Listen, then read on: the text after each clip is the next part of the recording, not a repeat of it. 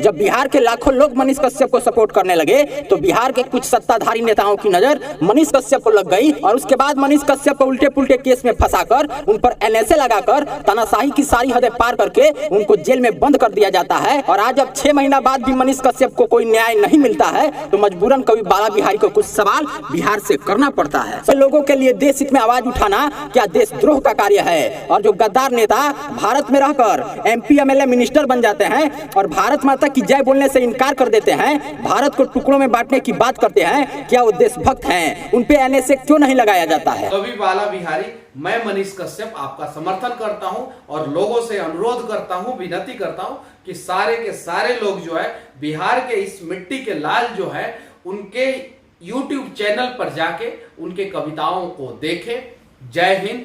कि तुम्हारी रूह में भी सिलवटें आ गई हैं, अब तो जीने का सलीका सीख लो। ए अमन के दुश्मन, दुश्मन से भी कुछ सीख लो कि ऊपर जाओगे तो वहां क्या बताओगे।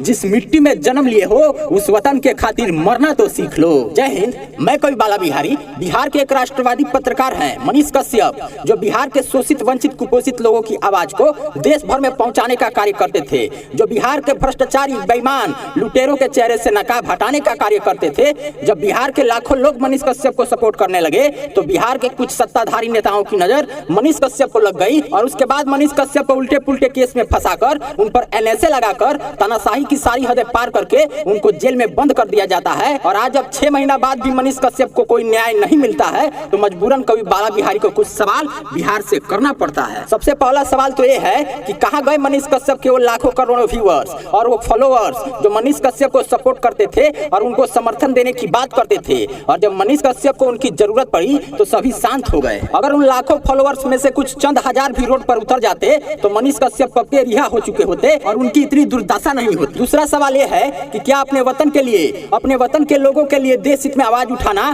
क्या देशद्रोह का कार्य है? और जो गद्दार नेता भारत में रहकर MP MLA मिनिस्टर बन जाते हैं और भारत माता की जय बोलने से इनकार कर देते हैं, भारत को टुकड़ों में बांटने की बात करते हैं, क्या वो देशभक्त हैं? उन पे एनएसए क्यों नहीं लगाया जाता है? और तीसरा सवाल यह है कि बिहार के 90% पत्रकार ये बोलते हैं कि हम मनीष कश्यप से प्रेरित होकर पत्रकारिता शुरू किए हैं। तो आज जब मनीष कश्यप के लिए न्याय की लड़ाई लड़ने की बारी आई तो कहां गायब हो गए वो पत्रकार जो कल तक मनीष कश्यप के लिए आवाज उठाते थे?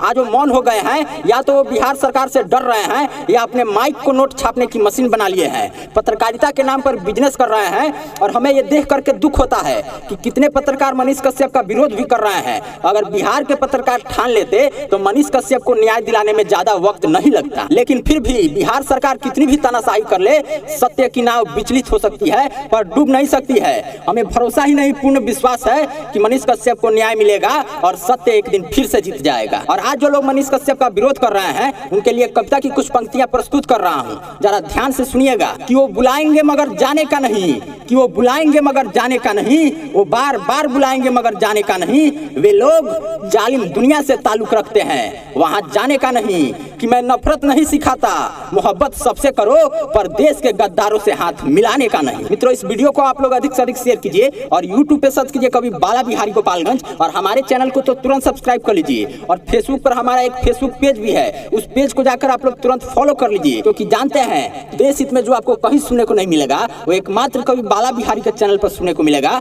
तो बिना देर किए हमारे चैनल को तुरंत सब्सक्राइब कर लीजिए। जय हिंद, जय भारत।